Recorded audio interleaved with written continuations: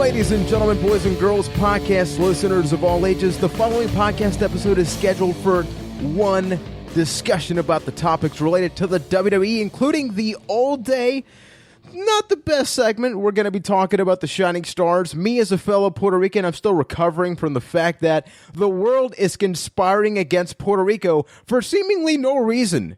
Puerto Rico's just sort of there, so we're going to get to that, as well as the Kevin Owen Show. He's actually got his own t-shirt about it, and the show is very much centered around the brand new WWE Universal Champion, and we're going to get to a major announcement. But before all that, we want to thank you for supporting us each and every week. We're available in most podcast platforms, including our YouTube channel. We got plenty of cool stuff happening over there. And if you want to support us, simply head on over to patreon.com/Byte That. We are going to announce the winner of our giveaway this episode. My name is Juan Velas. If you didn't know already, I am from the Shining Star of the Caribbean. Joining me, not from Puerto Rico, Keith Mackenzie Poshik, and definitely also not from Puerto Rico, Ryan McNulty. Guys, let's just get it out of the way. The brand split happened. Big things happened in wrestling. And we had the internal conversations about the future of the Byte That podcast, right? How was that concern initially? Well, yeah, we wanted to stick to Tuesday nights. That's what we were most comfortable with. That was our schedule. We didn't really know exactly how things were going to pan out with the brand split, but we felt confident that Tuesdays would still work for us. So as things have moved on and things have really cleared up how things are going down, we realized, we really think we're missing out when we're doing the shows exactly when SmackDown starts. So by the time everyone listens to our show, SmackDown's maybe just ended, already happened, and we're not covering any of it. And Keith, does that mean what I think that means? Like, are we getting to something here? It kind of seems like Ryan's leading us down a specific path of maybe the show moving to another date. We're moving to Fridays? Fridays, Ryan? Moving to Fridays. We're moving to Wednesdays, guys. Let's be clear about the announcement. True. It doesn't feel right. Like, I mean, this week we're going to be giving our Backlash predictions, and there's certain things that we're not going to be able to fully predict because of the way things like the go-home show to Backlash. Yeah, exactly. And that just doesn't feel right. So this is the last time it's going to be like that, because we're going to be officially on Wednesday nights now. Most of you who listen to us Wednesday mornings or Tuesday nights, now it's just going to be a Wednesday night, Thursday morning type of thing. But that way we'll be able to cover SmackDown a lot sooner, as opposed to how we're doing it now with the weekend videos.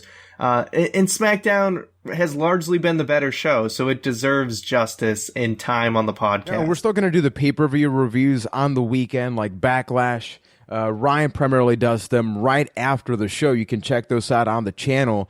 But we're going to take turns, because obviously now we have SmackDown pay-per-views. We have the Raw ones. We have the dual ones. And we've been recording on Tuesday since the very beginning of the show. We started posting the podcast way back 3 years ago on Wednesdays, but we recorded on Tuesday. So with the exception of the special draft episode that we had, this is a big change, but hopefully everybody's happy. You get your seats adjusted so everybody can enjoy the experience, and you're going to get more WWE coverage right here on the show. So and that starts next week. Yes. Yeah, next week. So this we're not wasting any Tuesday time. Episode. Exactly. Go big or go home, baby. So if you guys hear me cry a little bit, please understand it's an adjustment period for me as well. And real talk, next Tuesday, it's going to be a weird day. It's going to be really weird. Yeah, we have this tradition as wrestling fans, and in this case, the podcast, we watch Raw, then we talk about it, then we watch SmackDown, then we talk about it. Now, just, oh man, we're going to have to talk we're going to have that conversation next week. How does that feel for us? But we always take it to you guys on Twitter regarding Raw. Right off the bat, it was not a very good episode. Ain't gonna lie, it was part of the reason that we really thought, like, okay, we got to make this happen. The WWE gave us a push. If maybe it was part of the plan. If there's one thing the old day was good for, it's maybe convincing us that moving to Wednesdays maybe isn't such a bad idea. Yeah, so 59% of people on the patented out of 4 rating scale gave Raw 59, as I just said, giving it a mediocre. Then 26% said it was good, 9% said it was bad, 6% said it was great. I definitely think the 2 out of 4 is where it goes, where I thought the show started out great. You know, you do have it be about Kevin Owens, the Kevin Owen Show. You bring out Jericho, Seth Rollins is in there. Everybody's really playing to their strengths. And that was a really enjoyable experience. But somewhere along the line, just all these things felt like maybe they were better on paper. But talking about the primary thing, so you know, we do have Seth Rollins, Kevin Owens at Clash of Champions, and then at the tail end of the show, which was super weird, how we went the whole 3 hours basically without Reigns, which ain't gonna lie, I kind of forgot about Reigns up until the very end. Maybe it was intentional, but we have the scenario where next week, if Kevin Owens loses, then Roman Reigns is going to be inserted into this triple threat WWE Universal Championship match. Otherwise, we're just going to get the one-on-one. What's your guys' take on that, and do you like it? You know, I cannot believe, speaking of people not showing up, I cannot believe Triple H was not on this episode of Raw. They just left that entire thing hanging. But by the end of the show, when it came to that whole Roman Reigns situation, I kind of started wondering maybe that's why. Maybe Triple H is going to cost Reigns. And then it ends up being like Triple H versus Roman Reigns or something at Clash of Champions.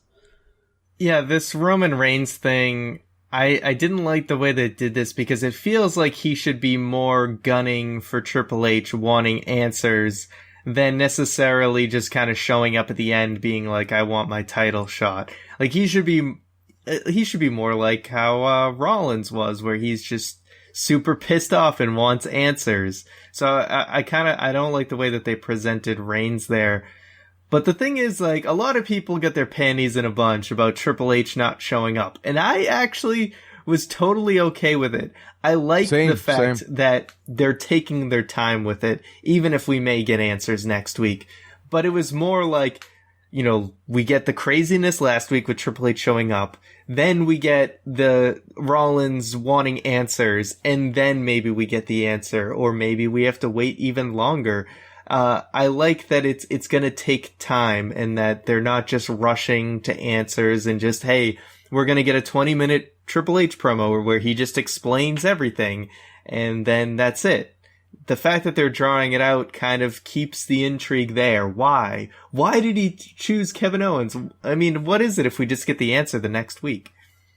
But I think there's a huge difference between Triple H actually showing up and Triple H giving an answer. The fact that you don't show up at all can like cause damage to things like momentum. Not give an answer, just another beat down. It's not pedigree just that. Somebody again. Pedigree somebody There's again. No Leave it the same way. Why isn't there? Okay. Here's my thing. Feel better? What does doing someone? nothing do? What does doing nothing do that is so much better They didn't do than nothing. just like He's a married man. He's a married man, and the other side of the coin is called Stephanie McMahon, who historically we've been so worried about the whole authority thing. We actually have a video coming out Friday, available now for early access on Patreon, where we're going to talk about the McMahons and how we're concerned about, you know, this whole shoehorning. Like, they're always inserting themselves into every storyline. And now here's an actual thing where Mick Foley stood up for himself on the show, and I love that. I was actually tweeting as this happened, saying like, man, the guy just gets pushed around, but then he said, like, no, Rollins is not suspended. And this whole segment came about, okay, Stephanie, we know your history. You're married to the man. You knew this happened, right? But then Stephanie was almost in the verge of tears. And I like that they're not referencing it. They're just saying, this week, we're going to get the other side of the coin. We got Triple H's actions first. Now we're getting Stephanie's reaction. And then I'm assuming next week we're going to get the follow-up with Triple H. Because my question is still, like, Stephanie had to be involved.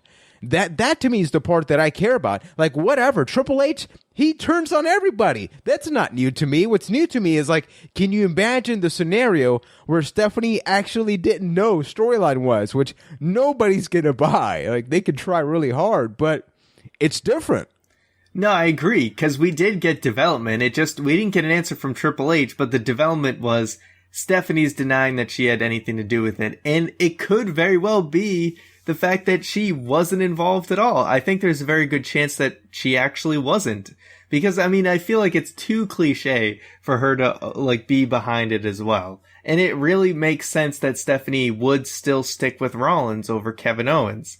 So it creates a lot of intrigue. And I think that's fine. Sometimes it's nice to not get all the answers right away. A lot of times, recently, WWE is just giving stuff away too easily. I like the fact that we actually have to wait for an answer. Think about how long we had to wait to find out who hit Steve Austin, you know? I mean, granted, because of the whole injury thing, they could draw it out, but there were times when we actually had to wait for answers. True, but what I'm saying is that sometimes, like, the appearance of Triple H does not mean that, boom, all of the answers are on the table. There's ways to create intrigue. I think it's with cooler him being and more there mysterious that he doesn't show up. If he just shows up and pedigree someone, then we're just going to be like, why do they even bother having Triple H show up if he's not even going to give us answers? Damned if you do, damned if you don't, I guess. There's really no clear answer for this where everybody sort of comes out happy because we're talking about the Authority. It's like Reigns. You know, everybody can talk about their solutions. Hey, have him go heel, have him go face. It doesn't matter. The people that don't like Reigns are going to boo him regardless of what WWE has, you know, as a program. Like, Reigns was gone for 3 freaking hours in the show. Then he comes in and he still gets the same reaction despite the fact that the man doesn't even talk at this point. So does it really matter? Like, at least if they keep doing this, I will give them brownie points for consistency and just trying to do something different. And we did get a couple of different things. Bo Dallas, we weren't able to cover this last week because it happened just afterwards. He was apparently, like, kicked off a plane or something for being drunk, and Seth Rollins was involved. Like, I don't know what happened, but everybody that watched NXT champion Bo Dallas has got to have that image of when he got kicked out of the NXT arena, Full Sail, which was amazing. And I'm just picturing that, just him yelling, it's like, probably no! the same situation. But it's so good. But apparently it's okay. So either it wasn't as big as a deal as people made it out to be, but he showed up here with the Bo Dallas traditional, you know, Bo Leave music. He's still got the social outcast attire, so that's a bit of an identity crisis. Match starts, and he channels like his inner Wyatt all the way down to the finishing move. So I don't know if they're planting the seeds to eventually reveal, like, yes, these are two brothers, but there's a mean streak to Bo Dallas that was not there before. And, you know, I didn't care about this. Like, I was like, okay, cool, he's got a match, but by the end of it, I'm at least interested in seeing if they're going to go with this, where Bo Dallas has been largely irrelevant since day one in the main roster. I'm super curious to see where this whole Bo Dallas thing goes. And I was when Bo Dallas hit that reverse Sister Abigail, I was so on board with this entire idea. I don't think the, like, aggressive beat you down style fits Bo all that much, just because he's so smiley and happy, and then all of a sudden you turn some weird corner in the ring. I don't like that. But then you hit the reverse Sister Abigail. It's really hard not to say Sister Natragale or something. Brother Gary, Brother and Sister Gary. Abigail. All right, when he hits Brother Gary, it was all worth it. When he hits Brother Nero. in my dreams, it becomes this weird thing where Bo Dallas and Bray Wyatt become the same person in kayfabe. It'll probably never happen, but this little boy can dream. I'm very curious, like Keith, to see where this goes, because even if it leads to some Wyatt thing, they're on separate brands, so they'll have to pull some shenanigans if they want to make that happen. The thing is, Bo Dallas's character in NXT, by the end of it, was absolutely perfect, and it really baffles me how they never really ran with it. I thought he was actually getting good reactions when he first debuted on the main roster. They legitimately never gave it a fair shot. It was, like, I thought it would have worked perfectly. But maybe this could work too. It's weird because there's really no intimidation factor with Bo Dallas, so him having this kind of serious side, there's not. It's like, how far can it really go? He was just that delusional heel that thinks he's a babyface, was so good, and he played it so well, and it just shocks me that they never ran with that. And physically speaking, real he's so talk weird. For a minute here. Real talk for a minute. What? The fact that Bo Dallas did not get to keep his NXT theme on the main roster You're still bitter is about that. probably the greatest tragedy of our generation. It is horrible. It is unfair. It is unjust. It's wrong. But he's so weird because he's not overweight to say like he's like a Kevin Owen, so that's your look. You know, you're not like super skinny. You know, he is the definition of skinny fat. Is like who said skinny fat? Was it JBL, Kevin Nash? Who was it? Triple H. Triple H. Yeah, he would say like skinny fat. It's weird. Like he doesn't like. I don't know. He doesn't look like a wrestler to me. I get that he is. You know, they built him up as hell in Florida Championship Wrestling before NXT. I saw him in NXT, and I kind of just went like, okay, I don't get it. Why does this guy have a spear as a finishing maneuver? I'm super happy they changed that because that was a terrible, terrible idea. And another terrible thing that happened, I'm still trying really hard to contain myself. So we had the Shining Stars versus Enzo and Big Cass. And I'm just thinking, okay, so it's just going to be a quick squash match. It's not only a lengthy match, you know, which is weird for Big Cass. Last week you were going for the championship, and now you just lost to the Shining Stars, which is an odd combination. But then afterwards, the Shining Stars even got a Raw Fallout interview where they keep talking about Puerto Rico, and it is like the weirdest thing because I know there's even a thread that Keith, you both mentioned to me. It's on the Squirt Circle subreddit where I don't get it. Like, what is their whole thing? They won this match. Okay, they get a push. Maybe. Why? What does that even look like? Does Puerto Rico get out of this deep economic crisis? I hope so. Questions? It builds something for next week and maybe the week after. Like if Enzo and Cass won that match, we would all be thinking, okay, on to next week. But now they actually have something building between the Shining Stars and Enzo and Cass that could maybe go somewhere. Where it probably goes is the pre-show. At least that's what I think. But it was, you know what? It is what it is, right? You know, it gives Enzo and Cass something to do. Honestly, I think the only thing that was terrible about that segment was Enzo and Cass's promo at the beginning of it, which is very, very weird to say. But I'm perfectly okay with the Shining. Over here? It was the baby thing. Couple haters. They lost me with haters. the baby thing. Couple haters. But yeah, you know, it builds something and it could go somewhere. So what's wrong with that? It gives television time for something to do, I guess. No, there was nothing wrong with the Shining Stars getting a win except for the fact that they're the Shining Stars. I agree that Exactly. The Enzo and Cass promo was definitely weak, and I think it's fine that you have Cass go from Universal Championship match to losing to the Shining Stars, because it was just this cool thing where Big Cass got to like dip his toe in the main event scene, and now he's kind of back to where he was. And I think it's cool when that happens with some of, you know, it lets you cheer for an underdog in a match like that. No, it's good that the Shining Stars get a win. It just goes back to the whole, give these guys a real identity. Give us more than just, hey, come to Puerto Rico. We need more of that. We need something else about, like, what about Puerto Rico? And this makes me also sad because looking at these threads and people tweeting, I'm thinking, okay, so people are finally aware Puerto Rico is a U.S. territory. We have televisions. Oh, that's my favorite part, though. It's so painful. And by the way, when I say like that I need to clarify we have televisions, I've had serious conversations about this. And I'll start saying like, we got some of that electricity in cars. And people will treat that like, oh my God, you guys do? I've had this conversation way more than 8 times in my life in the past 4 years, okay? Not even 10. So you get this conversation, so okay, but I mean, we're part of the U.S., so they can't make this like anti-American thing because you are American. You're North American. You're yeah, U.S. you don't territory. need a passport, and you can use American currency. Exactly. Yeah.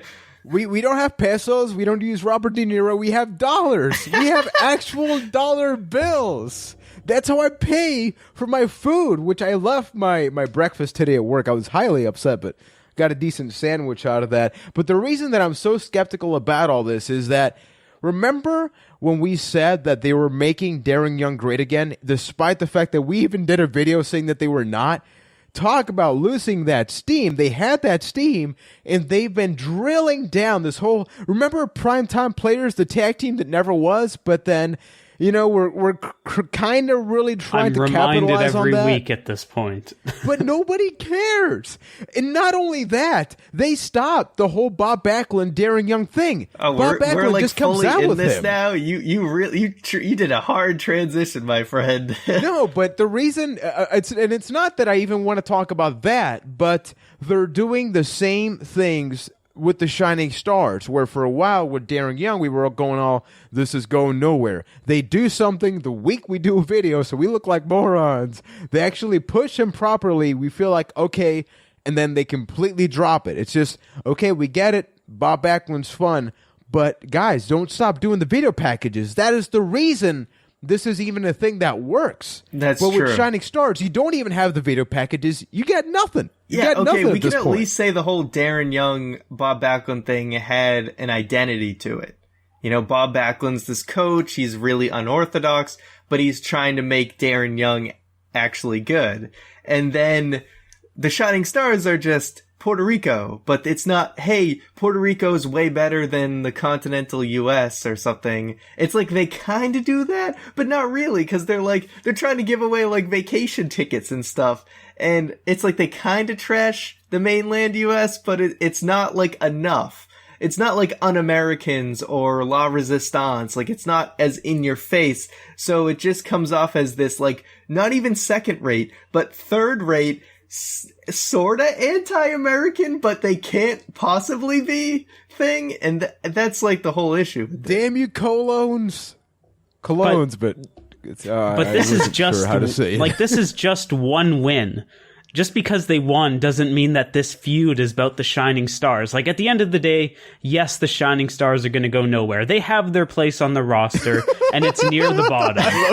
Yes, at the end of the day, they're going nowhere, man. So forget all this conversation. For all of the reasons we've said, they're probably going nowhere. But, you know, sometimes that's just what happens. Unfortunately, you need your Shining Stars to have your Enzo and Casses. You need your Jinder Mahals to have your Kevin Owens. Give Jinder a chance, damn it.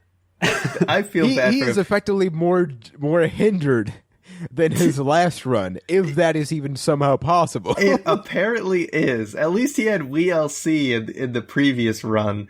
But yeah, I don't know. The Shining Stars is like the most ironic name for this tag team ever because they are burning out super quickly. There's nothing shining about them. Well, I guess you shine really bright as you're burning out, but they never even had a chance to rise. But talking about the tag division, so we do have the New Day. They've been eternally the WWE World Tag Team Champions. Insert gyration motions here. They're feuding with the Club. And, you know, this Club thing has been a hit or miss, but I think it's been more of hits. You know, they've been really funny. They've been able to capitalize on their popularity in New Japan, elsewhere. Like, this is what they are. You know, they've even said it in multiple podcasts, Talk is Jericho, where they like to be highly entertaining. So here we go. That being said, I strongly think they were not really involved in the creative writing process of the Old Days segment, and they tried to make chicken salad out of chicken shit, and it didn't really work. chicken shiat, sorry. And it didn't work out. Not even for, something doesn't go well when you have the New Day, the one tag team that was doomed to fail and not only succeeded, they have a freaking cereal. Not just a box. It was first a box. We got straight up cereal now. You got the club, and it didn't work. Not only that, it was lengthy. It was very cringy. And wow, I'm still trying to get over that because it was honestly very, very painful. And I want to get your feedback. Did you think it was as bad as I'm making it out to be, or was it decent? It was bad. I was watching it with one of my roommates, and he walked out after that segment because of that. That is segment. A good roommate. Legitimately, and I don't blame him at all. I wanted to do the same thing, but I am dedicated to this podcast. Yeah, they sent the club out there to die. They really did, because it doesn't matter. I mean, there's very few people talented enough to make that work. Like, you need to be the Rock level to be able to handle something like that and make it entertaining, because you'd have to do a lot of improv, because that was poorly written, and you could tell they're just trying to, like, crack these jokes that were fed to them, and it was absolutely awful. And I'm curious if they were trying to take a similar route like they did with Roman Reigns and the whole Rusev wedding thing, where they wanted it to be terrible and uncomfortable so that when the New Day came out, people would be overjoyed. No. But it's like, the New Day doesn't need that. No. You know what I mean? They don't need that because people are going to be excited to see them. So and the New Day didn't even make it better. I'm just trying to understand. I'm not saying anything else other than I'm trying to look from WWE's standpoint why they would ever write or, like, let that go on air.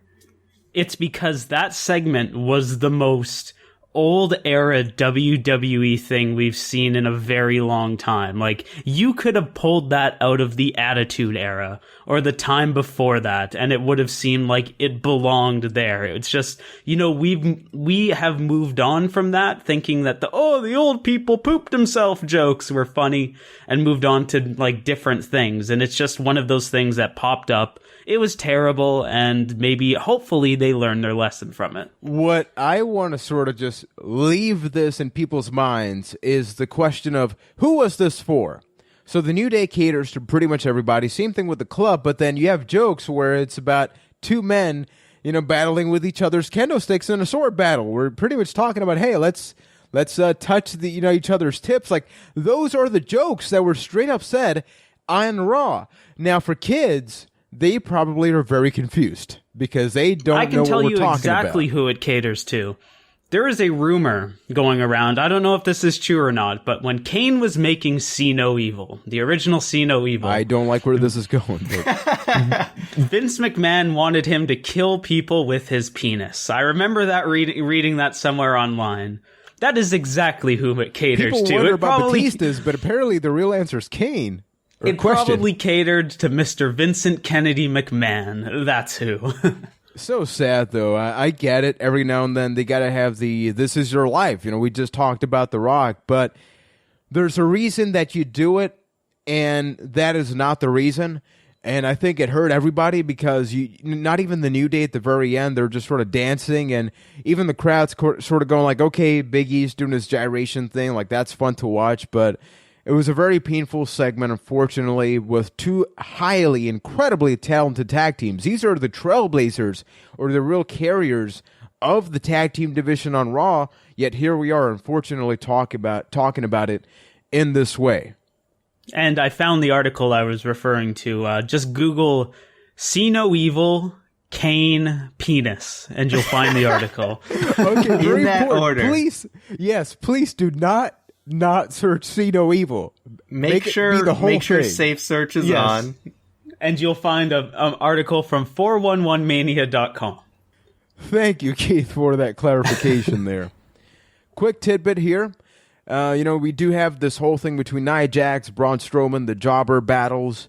Nia Jax, it seems like they're finally going deeper into the route. Like, Braun Strowman, the only thing we can say is like he moved on from like the traditional jobbers to Sin Cara. But aside from that, there's really nothing else. Just poor Sin Cara. Next week, Jinder Mahal. Yeah. And you're getting Grand Metalik. Grand Metalik is freaking going to Raw. Poor Sin Cara. You got nothing, man. There is nothing for you in that roster now. You are screwed. But with Nia Jax, she beat up Alicia Fox's friend. You guys saw, right? Like the backstage segment between Nia Jax and Alicia Fox? Yeah. Yes. If, I don't know if she meant to hit Nia Jax in the face with that box, but it was friggin' hilarious. I'm pretty It sure really was. I'm pretty sure it was not intended. There was that pause. I watched it like over 20 times because it's on their channel, and you can tell like when somebody's not ready for that improv, because like she had that moment of like panic, but then Nia just didn't react until like 2 seconds afterwards, going like, oh, I gotta help this, so like I'm just gonna push. Yeah. But we're bringing a crazy Alicia Fox back. When did that happen? Because we talked about that on this podcast, but it feels like it was ages ago. Probably like 2013, 2014. Yeah, it was That was a before the while whole ago. Divas Revolution thing, because she just kind of fell to the wayside with the Bellas and dropped the whole crazy thing. So it's definitely been a couple of years. Do you guys think that this is a good route? Because maybe we were thinking like a Paige. I know Paige may be gone from WWE as a whole, possibly. But here's Alicia Fox. When we're talking about women's wrestling in 2016, that's not a name that really comes up. The only context we get is Melina versus Alicia Fox. Do you think that she's a good fit for Nia Jax? You know, somebody that's sort of been a little bit cold in the past few years and now battling this this monster? I think so, from the standpoint of how do you keep Nia Jax relevant without just throwing her in the title picture? And I think anybody could honestly fill that role, but why not Alicia Fox? You know what I mean? She hasn't done anything for a while, and she's nowhere near the title picture at the moment. So use her to keep Nia Jax relevant. Because while I do enjoy those jobber matches, they can only take you so far, right? Eventually they're going to get old. So now Nia steps up from those jobber matches, faces somebody that's been established on the roster, and then eventually just moves into the title picture. Yeah, I really like the way that they did this, and this may have been like one of the best things about the show was like they thought of a clever way to have a jobber match be more and like kind of lead into a storyline with someone on the active roster. I mean, we look at SmackDown and they're showcasing like 6 different women at once on SmackDown, and Raw has been all about just really Sasha Banks and Charlotte, and like now we have Bayley and Dana Brooke is there too, but they haven't really, like, you forget, hey, Paige is on the roster, maybe. Alicia Fox is on the roster. Summer Rae is on the roster, but we don't even friggin' remember it because they're never there. So I really like that they're bringing Alicia Fox into it, and she's a good person to start the feud with Nia Jax because she's a veteran and will be able to work with Nia, who isn't as experienced. And, you know, she makes herself relevant really quick. I mean, she wasn't doing anything before she did the crazy Alicia Fox thing and was getting reactions immediately. And then they just kind of dropped everything. But she can get noticed very quickly and will get people invested in the match. So I really like it. And then talking about the real coup de grace of the women's division this Raw, you know, Sasha Banks had sent a tweet that WWE kept referring about possibly retiring. And I was kind of hook, line, and sinker at the beginning. I wasn't buying it, but then, you know, Sasha has been very emotional, and I applaud WWE because even though this wasn't that great of an episode, they played to her strengths where, hey, you can easily cry, so let's turn that into something. Sasha could talk about a quarter and cry. It may be a little bit controversial, but yes, I mean, she has been overly emotional in the roster, both in character and out. But for whatever the case, even as far back as, like, notice how she wore less makeup, they did a really good job of just making her be Mercedes, like, not the character. She was not Sasha. She was the person, and talking about her career. Then Dana Brooke comes out, and I keep forgetting how annoying her voice is. I get that's exactly her role, but holy crap, like, her slow-paced, although it makes sense here, but you kind of like, oh my God, you got to mute the microphone or something, or the TV. The point is, Sasha is not retiring. Bank statement, and then reveals that at Clash of Champions, she will be battling Charlotte for the Women's Championship. Your reactions? poor Bailey, but it's probably for the best. Because I think this was... Why poor Bailey? Well, because it really seemed like we're heading into a Charlotte versus Bailey feud, and I was a little concerned that Sasha's coming back so soon. I'm relieved that she's good, and because the people were really worried with her injuries, and I was hoping that it wasn't anything serious. Clearly, if she's coming back this soon, that she must be okay. But yeah, it just really seemed like we're heading into a Bailey Charlotte thing, and then I guess maybe they kind of they had to do like a little bit of a audible when they realized that, hey, Sasha can probably come back earlier than we thought, so we're gonna switch things up. So just to clarify, what you're saying is that just because Bailey pinned the champion cleanly, she should get a push? Is this what I'm hearing? It's a crazy thought, but okay. I'm actually okay with this because Bailey is someone who maybe you don't want to rush into the title scene anyway. I think she deserves a slower build to the championship, even though she was most likely not going to win anyway.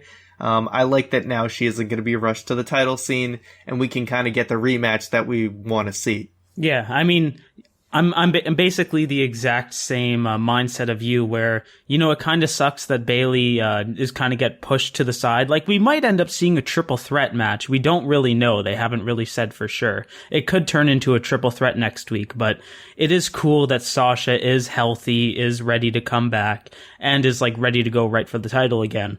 That being said, I'm not a fan of the fake retirements. I don't like them at all. It's a market that's been tapped because nobody's going to outdo Mark Henry with that. So just leave the retirements to when somebody has to actually retire. Leave those moments to those moments, like those special moments. I'm turning into Michael McGillicuddy here by saying the word moment and over again. So I'm just gonna shut up. Well, I completely get your point, though. It kind of got people to buy in, though, because she's only been on the main roster for just over a year. So it's like the fact that she was having that kind of speech really made you believe it, because it's like, oh, why would they do that unless they were really going to do it? Mark Henry was at the tail of he's at the tail end of his career. It's winding down. He was like a couple of years ago, yeah, but he's even still though there. it was several years ago, but he's been around so damn long, you believed it. But it's like, oh man, like if they're doing this with Sasha, why would they ever tease a retirement like 1 year into her WWE career? It must be legit. So they really did swerve everybody. But then you throw in that lame line of, oh, the bad news was for Charlotte. Yeah. Yeah. I mean, we all bought it, so I guess there's some merit to it. She's got a lot left in the tank, man. And now it's just a matter of seeing if WWE addresses the complaints that, we've sort of had with Sasha Banks as a babyface character. And we are going to get to our Backlash predictions, as well as just react a little bit about Cody Rhodes. He's going to be wrestling for TNA and Ring of Honor, apparently. The man is going all over the place. Fellow podcast New Age Insiders actually provided an interview with him. Super cool. But before that, I do want to head it over to Mr. McNulty, because we are going to announce the winner of the Patreon WWE shirt shop giveaway. I think I said it the other way. Just go along with me. And some other cool stuff, man. Yeah, so over the past month we have done a We've been done. No, but we concluded our WWE t-shirt giveaway. Those of us, those of you who I'm totally butchering this. You're not winning it, Ryan. I know you want the shirt for free, but you're not getting it. All right, we're good. Those of you who supported us over the last month entered into our WWE t-shirt giveaway. So we'd like to announce our winner of that giveaway, and the winner is Derek Wilson. So congratulations to you, sir. We thank you for the support. We're going to be reaching out to you, so start looking at WWE Shop and pick out which shirt you want, and you will be getting that courtesy of Byte That. And as tradition, every week, we'd like to thank our loving, dearing, caring, lovely, supportive patrons, starting out with our brand new patron in Ashley Hudson. And we'd also like to send a special shout out to Bo Segrist. Yeah, thank you guys so much for supporting us. You're helping us grow each and every week to reach different goals. We're just a couple of bucks away from reaching a goal of providing a 12-hour video game stream regarding different wrestling video games on Twitch, Byte That. So help us reach that, as well as a second RSS feed where we're going to be able to provide the SRTs for audio-only listeners, as well as some different ideas that we're keeping under wraps. But we're trying to make sure that as we grow, we provide entertainment. It's not just about coverage, but about really just having a good time, right? Like, I'm somebody that loves to listen to podcasts, and during my commute to work, I like to laugh. I like to have a good time. So we hope to be able to provide something like that. And on Friday, we have a brand new Square Roundtable where we are going to be talking about the McMahon family. Are they best or bad for business in 2016? But Gold Patreon subscribers can get that right now. So Cruiserweight division, just a super lightning round reaction. More so Keith and Ryan. I know, Ryan, you're not all caught up. Don't worry about it, man. Don't worry. It's perfectly fine. Freaking watch it. It's so good. It is so good. Seriously. Last episode, my God. Oh. I'm behind, but I'm still so excited because I've heard so many good things about it. But you know, as they announce more members of the Cruiserweight division, I'm more intrigued every week because it's either gonna go great or it's gonna go terribly. And I don't know which one, and I can't wait to find out. Yeah, but now we have Jack Gallagher, Akira Tozawa, and then Grand Metalik are now going to be part of the apparent final roster. So we have 10 people in this Cruiserweight division. And, I mean, some conversations could be had about, like, Dakota Bushi not signed, so they settled for, Akira. Because if you look, they tried to sort of balance out the different regions or countries. And regardless, please check out the last episode. There's only 2 matches, but that's all you need. Two of the best wrestling matches I've seen for a long time. It ain't about quantity, baby. It's about quality. No, definitely. Any quick reactions, Ryan, based on like the hype level that we're sort of portraying here? I mean, if based on everybody else's excitement, I feel as though I should probably be excited for this. I'm too much of a horrible person that I haven't watched it yet. A pro-controversial tip. You don't have to care about Akira Tozawa, because he's trash. What? Whoa. What? Whoa. Dude. Okay, watch last week's episode and then tell me that to my face. Say that to my face, Keith. I'm taking that personally right now. I will. I just don't like him. I don't like his look. I don't like his style. I'm not going to take away the fact that he is a great in-ring performer. I just don't like him. But watch I don't last like his week's face. episode and then we can talk next week and have like a 10-second thing. All right. I'm such a rickety old man this week. I've been nothing but negative. Well, that's part of your charm, man. You know, an episode of Raw like this will sometimes break you. So the Cody Rhodes I've been broken thing, for a long time. Just a quick reaction here to Cody Rhodes. Just that, you know, he is really gone. It's almost like an AJ Styles situation where people didn't really think he was leaving WWE, TNA, I should say. Now, Cody, right. But then Cody Rhodes left WWE. And then, the man is going to work all over the place. So I want 2 quick reactions. Number 1, about the idea of visualizing Cody Rhodes in companies like TNA and Ring of Honor. And number 2, there is this report, I can't confirm or deny it, that he can use their name for non-televised appearances, but if it's on TV, WWE legally owns the name Cody Rhodes, because that's not his actual last name. TNA, I mean, it could be very interesting.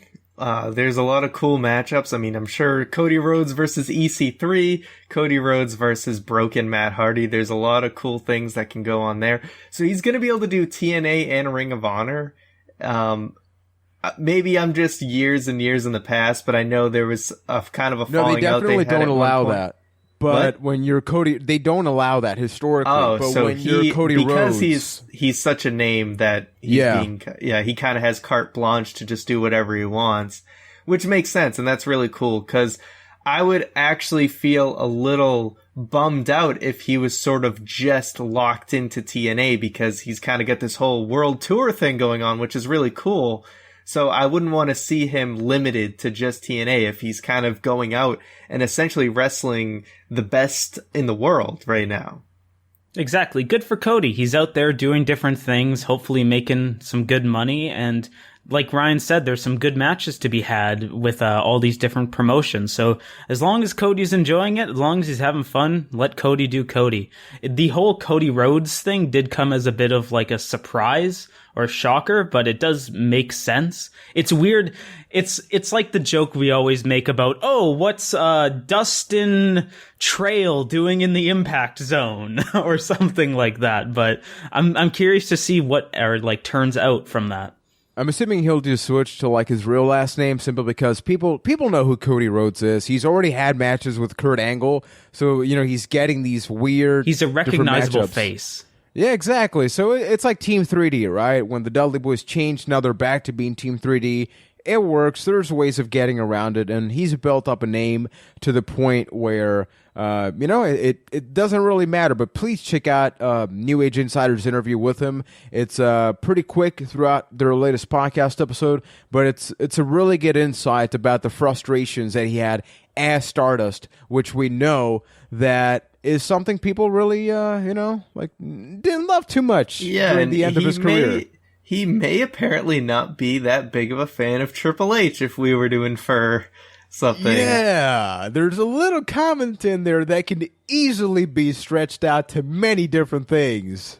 And even if we say it right now, people are going to take it out of context. So it's just difficult. But he made a reference there. Yeah. And wish him the best. Have an awesome time, Cody. Indeed. Now, just before we get to the predictions for Backlash, I'm going to take this over to our resident MMA expert, Mr. Poshik. Whoa. Let's not oversell me here with the word expert. I'm overselling you. All right. Well, just in case you've been living under a rock, I just want to give a quick PSA that this weekend is finally the weekend. CM Punk is apparently going to step into the octagon unless he crumbles between now and Saturday. It'll happen. So yeah, it's finally the moment. CM Punk is going to fight in MMA. I've been watching. There's been this little mini series called The Evolution of Punk that's been going through his training, and then the UFC does these awesome videos on their YouTube channel called Embeddeds that really have. The first episode came out and it's showcased Punk, and it looks like he's ready. You assume he'd be ready training as long as he did in a world-class gym, but are you guys as interested as I am to see how this turns out? At this point, I don't even care if Punk wins or loses. I just want to see what happens. Oh, I completely agree.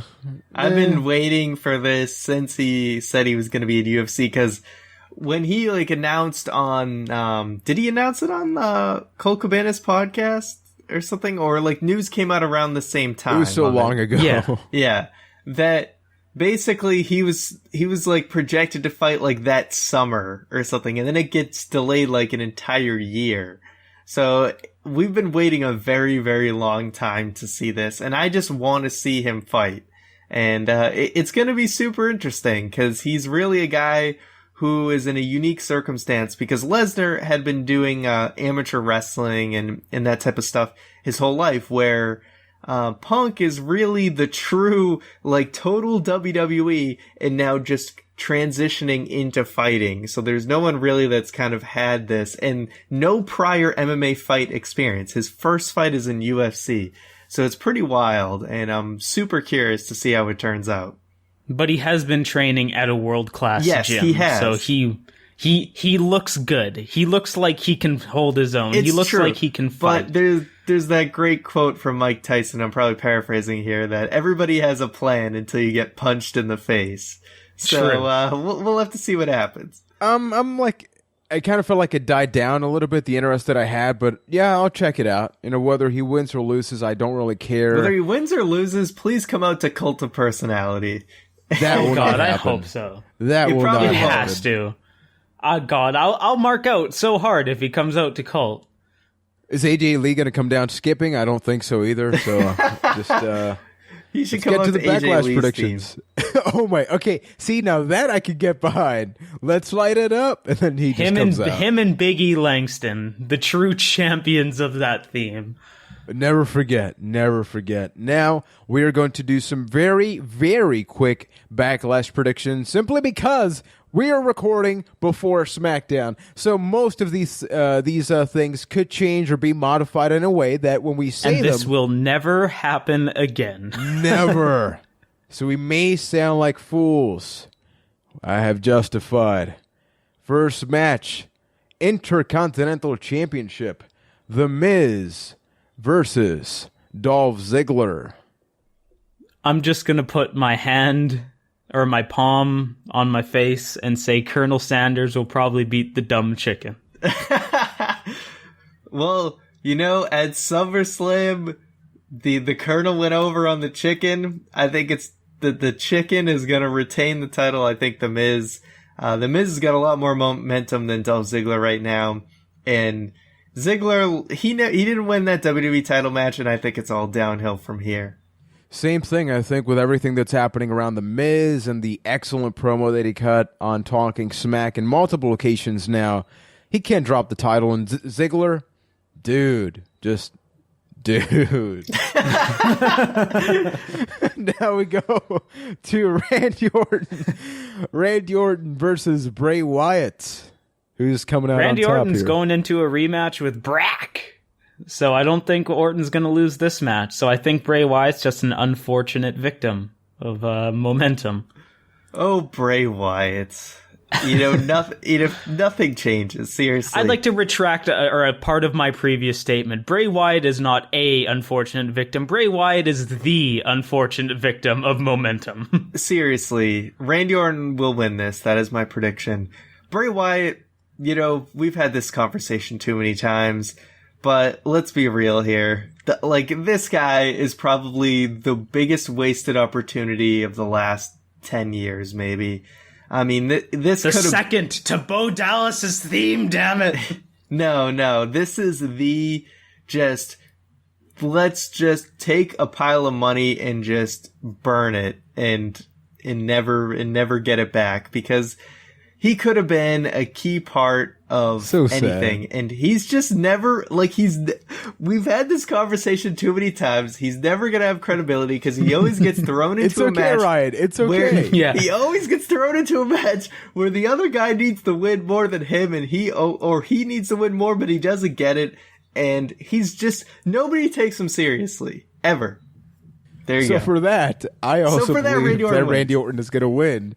And Bray Wyatt, dude, it feels like him and Ziggler, you two got to team up, or at least have it like a Bray mandate or feud something with Dolph Ziggler so we can finally win something? Yeah, those two need to feud and have like an Old Yeller match where the winner just their gimmick gets taken behind the barn. Wow.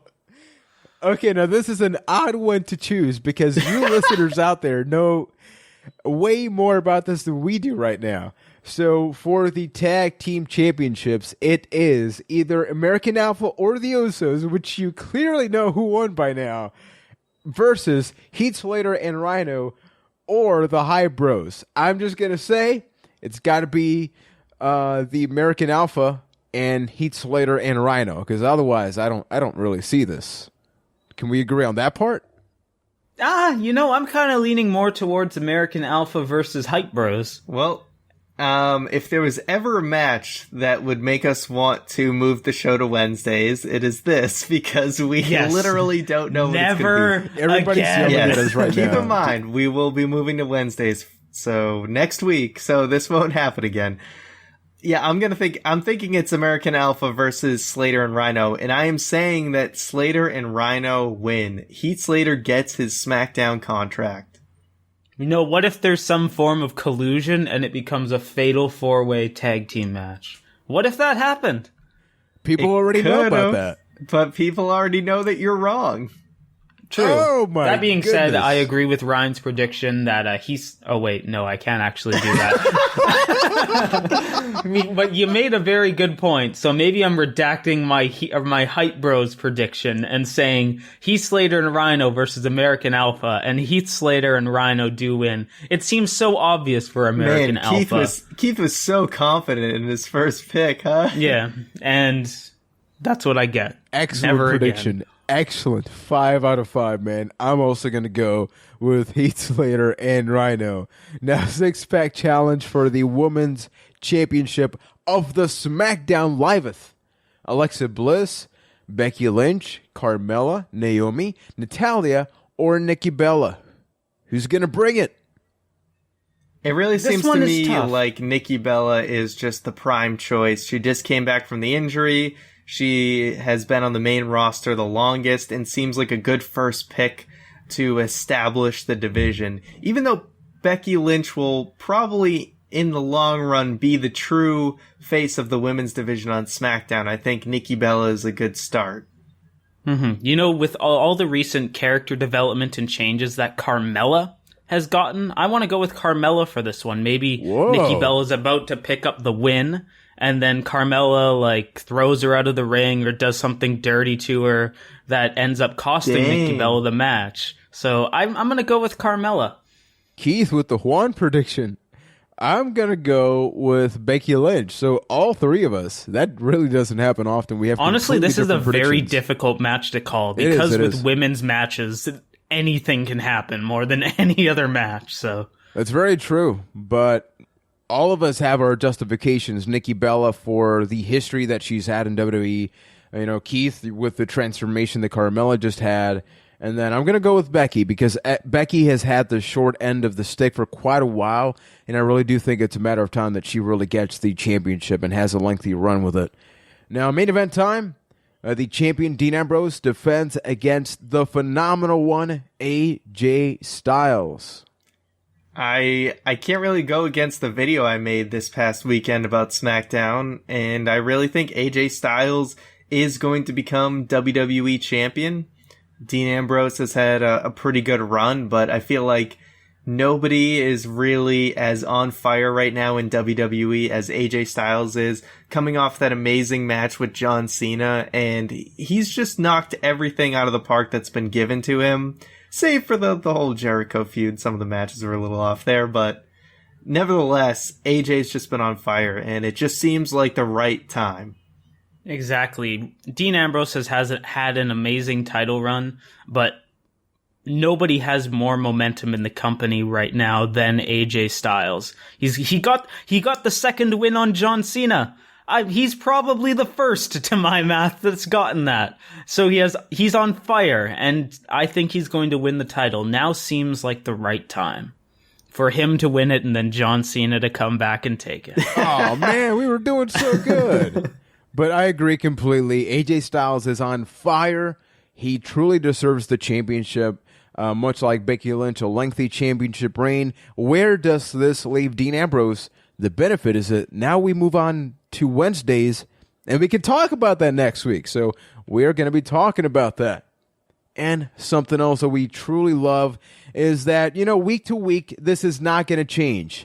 Your questions are not going to go away. We're going to get a lot more strategic because we're going to fit in Raw, SmackDown, and in next week's case, we're going to bring up pay-per-view results. So a bunch of things happening, but you can send us questions and let us know where you're from through email, bytethatcast@gmail.com, on Twitter, bytethatcast, using the hashtag AskBT, or on Instagram, on YouTube. You can drop a comment on this episode for next week's. Keep in mind that now the questions can be a little bit more open or outrageous about SmackDown or simply about having a good time. So without further ado, Keith, take it away, man.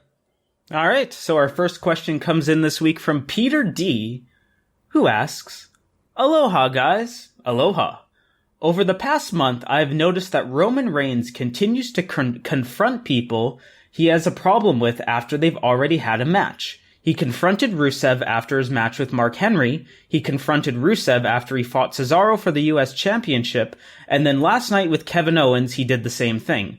To me, kayfabe-wise, it makes him seem like a coward who can only best someone after they're tired and hurt from their match. Do you think this is intentional, coincidental, or is he just seeing things? Thank you guys as always for the amazing work. Thanks, man. I just want to add a quick anecdote there. Have you guys seen the petition going around about Roman Reigns using his vest being an illegal advantage? I've read about it. in WWE. It's amazing. And you know what? These 2 points I feel like go together. Maybe Roman Reigns is a big coward. You know, the presentation might leave people to believe that. But I mean, no one questioned the Shield when they had riot gear. Everyone just wants to give crap to Roman Reigns it's just kind of piling on when people don't like what they're doing with Roman Reigns. So the riot gear, whatever, nobody complained when the Shield did it, so I'm really not going to take issue with that. As far as him showing up at the end of matches, the way I look at it, it's like you don't really even think about that, like him trying to be like a coward or something. But it really just seems to me like a device that comes with how they plan the stories, and that's the way I'm looking at it. I think it's a super cool thing that he pointed out, because I'm not going to talk so much about whether he's being a coward or not. I don't think that WWE is thinking that deeply into this, but you can have the conversation of how much of that is a contributing factor to people booing him, because it's like you just finished the movie, but then he comes out and it's like the movie's already over, like Raw. So he hasn't been there for 3 hours. Maybe that's a good thing, but he comes in after the job has already been done. And we've seen that with Rusev and many other people. So I do think that contributes into the booing factor that Reigns does have, whether it's intentional or not. I know, when you really think about it, it's hard to justify this whole big, tough guy Roman thing he has going on when he comes out and, he's going to kick someone while they're down. It kind of feels like they're trying to have their cake and eat it too with it. And, maybe people are going to start catching on to that. Maybe it's going to end up being a bad thing for Reigns in the long run. But, I mean, the benefit of that is, if you don't like Roman Reigns, that is the way to see the least amount of Roman Reigns. So enjoy that, maybe. So thank you for the question. Our next one comes in from Bullet Club versus The Shield, who asks, "Hey guys, here's my question. Do you see it being weird that Raw is focusing on 2 or 3 women in the title scene, while SmackDown is giving all their women character development, storylines, and all of them are in the title hunt? What do you guys think about that?" Well, interestingly, we did actually kind of touch on this a little bit earlier in the episode, but SmackDown has been doing a much better job of letting all the women actually have time. But obviously, we see with Nia and Alicia Fox now that they are giving some of the other women time now. The only one who's really left out, and it's really unfortunate, is Summer Rae, who was really one of the pioneers of the women's division in NXT and has just never, ever gotten justice. And she's always done good with what she's worked with. So they're taking a step in the right direction, and now we need some Summer Rae, man. Yeah, I definitely agree. And regarding the point of the differences between Raw and SmackDown, I like that, because otherwise it would just seem like a copy and paste thing. The very first thing we said when we found out about the draft is that don't push the things the same way. Like, right? So on SmackDown, you have Dean and AJ, but on Raw, we just have like a multi-man thing. We got a couple of different things, and that does carry over to the women's division. So I do like that they're trying to build the stories differently. I don't think they'll always be able to pull that off, but for the time being, they're doing an okay job.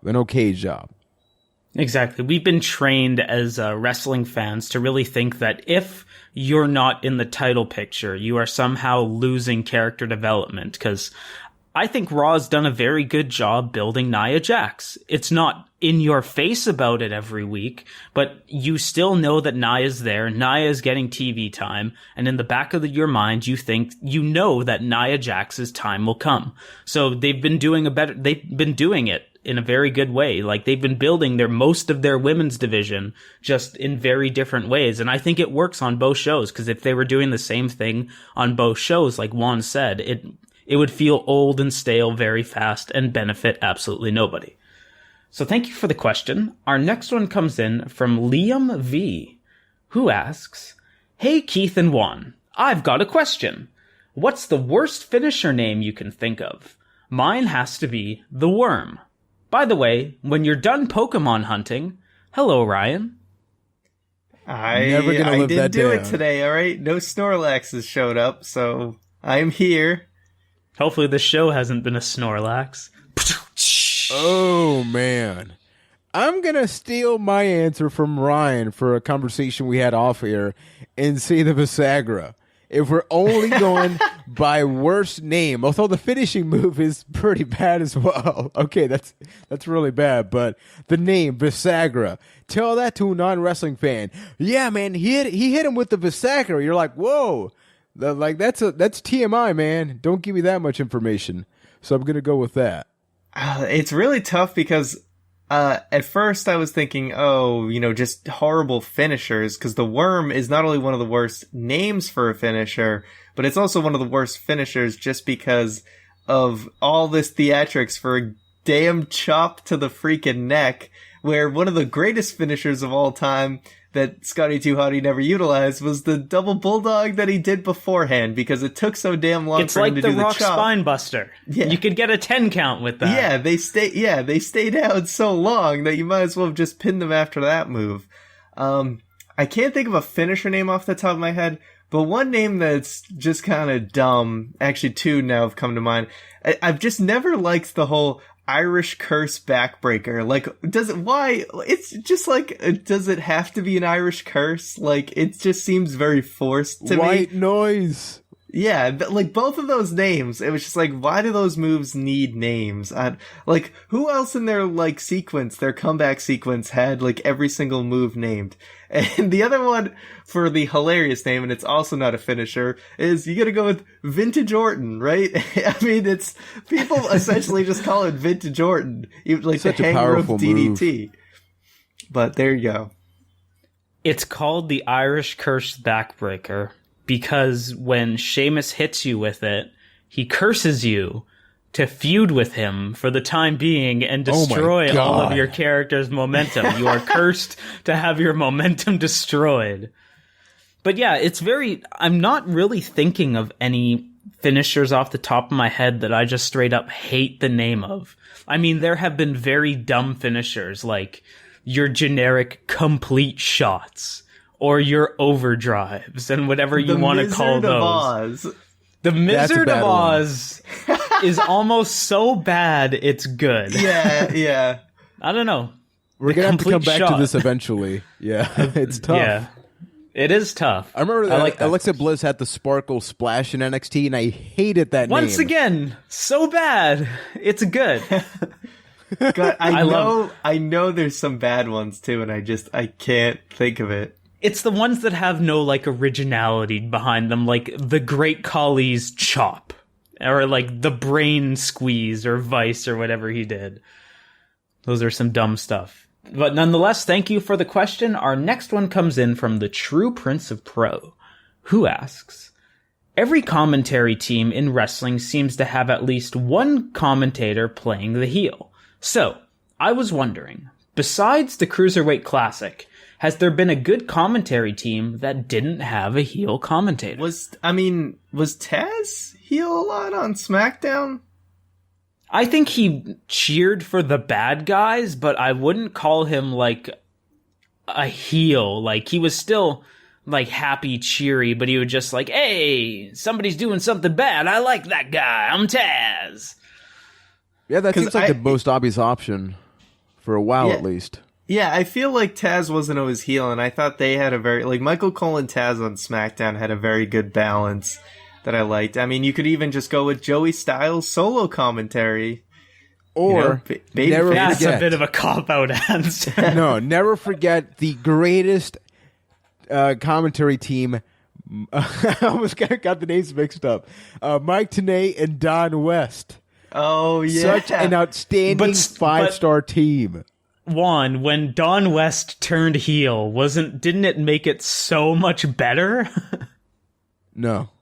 Yeah, no. You're right. No, yeah, horrible, when you had the dual commentary team of Mike Tenay and Don West, they got to high five when Scott Steiner got a title match, and it was the greatest thing ever. And if you out there in listener land have never seen Don West's heel turn promo on Mike Tenay, stop this podcast and go listen or watch to that. It is one of the most beautiful pieces of wrestling history you will see in your life. But for my answer, I would have to say the mid 2003, 2004 combination of Jerry the King Lawler and JR. I would say that there was a long time where Jerry the King Lawler wasn't a heel, and I still think that was a great combination. Puppies. Okay, well, you have a good point there. Thank you for the question. Our next one comes in from Collector 9000, who asks, who is a wrestler you don't like and have never liked, but everyone thinks they are great? Mine is Hulk Hogan. Mine being Collector's. Excellent choice. I never cared about Hulk Hogan. I didn't care about a lot of people. Kevin Nash, like, okay, cool. He was big, sexy, but he was slow and boring in the ring. Ultimate Warrior. And I'm okay. Whew. Keith, you may punch me for this. I didn't really like Bret Hart that much. You know, real talk, this may blow the whole Canadian thing out of the water, but that was going to be my choice. Now, especially when I've looked back at Bret Hart's line of work, especially in like late Bret Hart heel turn in the WWF, it wasn't that good. Bret Hart is an amazing wrestler. I will never take away the fact that he is an amazing technical wrestler, but when everybody else was just so much more advanced than him and cutting promos, Bret Hart just didn't evolve. When you had people like Steve Austin, Shawn Michaels, Bret Hart was doing the same old tired thing, and everybody just passed him by. And looking back, I don't know if I was a fan of Bret. And that's crazy because I'm Canadian. He's supposed to be my national hero. I don't know what to think anymore. But I hate Shining Star, so I don't think that really works out too well, apparently. Yeah, but the Shining Star's a national hero? No. I'm totally like cop out this week, I guess, because there isn't there's not a lot of wrestlers that I actively dislike that are also well liked. Because I mean, I wasn't like Hulk Hogan. I never super disliked, but I also wasn't watching during his prime either. And you know, even if if it comes down to like guys like The Rock, Stone Cold, Triple H, like it's like I've never truly disliked any of them, or even John Cena is like, it's not like he's somebody that people there's a lot of people that don't like John Cena. Let me throw a name quickly. And I Big like Show. John Cena. What about Big Show? What about Big Show? Big Show, that's not like, come on. No, I'm serious name. I'm just pointing that out. I don't even mind the Big Show, but he's way more disliked than he is liked at this point. Now that I'm really sitting here and thinking about it, it's very difficult for me to make a case on what's great about Bill Goldberg overall. Yeah. Well, I will say it, like, I never even watched WCW, but I still get goosebumps watching a Goldberg entrance. And maybe that's where it stops. Entrance. Keyword entrance. Yeah. But like, even for me too, like, that's kind of where it stops. Maybe I'm just, I don't know, maybe I'm too overly positive a lot of times where I try and kind of see the good of everybody. So there's really not many guys I actively dislike, unless it's just like some like Vladimir Kozlov type of situation. Hey, or tread lightly. Or like Kenzo Suzuki or something. Are we going to bring up Sylvester Terkay at this point? Sylvester Terkay. Well, we have to go deep into the doghouse for that. Yeah. Nobody will get that joke. There's really no like super popular person that I actively really disliked. Because, I mean, I don't even mind Roman Reigns. He has his issues, but there you go. Sorry for the cop-out. That but that's totally acceptable, because especially these days, we like to look at things objectively. We like to look at both sides of things. It's very difficult to just straight up actively hate something. And you know what the right answer for this is, now that I'm thinking about it? The right answer is the Fabulous Moolah. Oh, yeah. Ooh.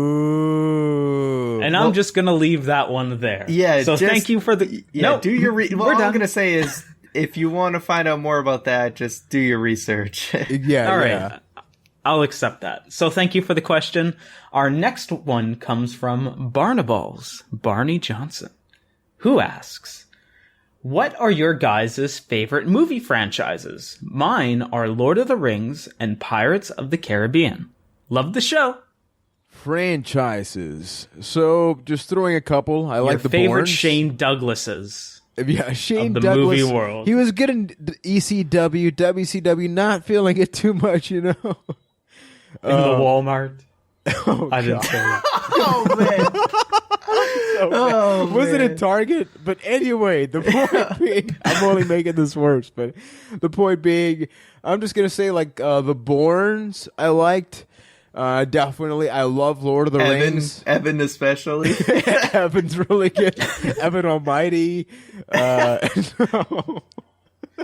Just go, Ryan. I need a second All right. here. Mine is easy. The Indiana Jones franchise. They're great 3 movies. If someone says there's a 4th one, I have no idea what you're talking about. But yeah, you got Raiders of the Lost Ark, Temple of Doom, and The Last Crusade. All fantastic movies. Temple of Doom people are always like iffy on that one, but let me just tell you, that movie opens up with a dude getting impaled with a flaming shish kebab. How can you not like that movie? It's a good point. So now my answer has had its highs, and boy, has it had its lows, but I still love it. And that's Star Wars. Star Wars will always have a special place in my heart. I cannot excuse episode 1 and 2. I will defend 3. Episode 2 is one of the worst movies of all time, but I still love it. I love it in a different kind of way. It's like that weird stepchild that you just can't stop loving, and you're not sure why. But nonetheless, I want to say something quickly here that's going to be super controversial. I'm not going to argue it. I'm just going to say it. A franchise I love, the Batman franchise. I love all the ones with Michael Keaton and all that. I love the Christian Bale ones. That being said, I still believe the best one is the first one, not even the one with the Joker. I love Batman Begins the most. Oh, Batman Begins. Batman Begins. I thought you were going Batman like Begins, Batman, with Jack Nicholson. Well, that's why I was saying both. Like, I love the Michael Keaton ones, and then the ones with George Clooney. Why? I don't know. Bat They're credit horrible. card, bro. Yeah, will you defend Batman and Robin? I've watched it more than onse. What but can you bad. defend? Dinosaurs. No. The Ice Age. Batman never leaves home without his MasterCard. Just move on He never to the leaves last home question. without it. Oh, so bad. So thank you for the question. Our final question of the show to put us out of our misery for this week comes in from TMK Tanner. And they ask, do you like Pocky? If so, what's your favorite flavor? Mine's cookies and cream. So, jump on the line here. Confession, I've never had Pocky. I don't even know what it looks like. If I'm not mistaken, that is all. because they do sell. Have you had these, Ryan, or no? I was gonna say, according to Wikipedia, it is a Japanese snack food produced by Zaki Gilko. Pocky Don't even was try first it. sold in 1966 and consists of He chocolate-coated never leaves biscuit home sticks. without a Batman MasterCard. God It was damn named after the Japanese onomatopoeic word, Pokin. Just chill. It looks interesting. So it's like a biscuit stick that's chocolate flavored. Yeah, so funnily enough, I didn't even know it existed, but Costco, yes, we have Costco in Puerto Rico. Just the more you learn about Puerto Rico. Well, that's why you're the shining star. You have Costco. and Sam's. So we have a little bit of everything. Yeah, well, we're getting fancy here, but they just started selling Pocky. So I haven't tried them because I'm on a diet, I'm traveling soon, so I want to look all sexy for that, but maybe I can try that down the line. A Bat credit card. Okay, gang. He never leaves home without it. All right, thank you so much for the question. I will try and find it and give it a shot, and I will let you know how it is. I'll have to see if there's any around here. Okay, what am I supposed? Oh, okay. I guess I'm continuing. All right, go home, man. Hey, we doing the Byte That podcast. All right. right, so Why are thank we you guys bad for listening Italian? to another edition and the final Tuesday edition of the Byte That podcast. That And means boy, we're did going we to be go out with a bang. Go down with the bang. So you're going to wait a little bit longer for us, but we're going to be there next Wednesday where we can talk about Backlash, we can talk about Raw, and we can talk about SmackDown. So that is a feels good man type of moment. So before you guys go, remember to check out our YouTube channel, youtube.com/Byte That Cass. Let's kick This some Friday, ice. you can check out our SRT talking about the McMahons. I mean, hey, Stephanie opened this Raw in like 3 straight segments. Is that a problem? We talk about the McMahons kind of overshadowing Raw and SmackDown a little bit, and if, is that bad for business? So you want to check that out. And also, if you want to interact with us on social media, the easiest way to do that, head over to bytethat.com. You can see every avenue of contact in how you can ask questions for the show and all that fun stuff. So remember to see you guys this coming Wednesday for the next episode, and stay tuned for a Backlash review on the YouTube channel as well. So thank you guys for listening, and we'll see you next Wednesday.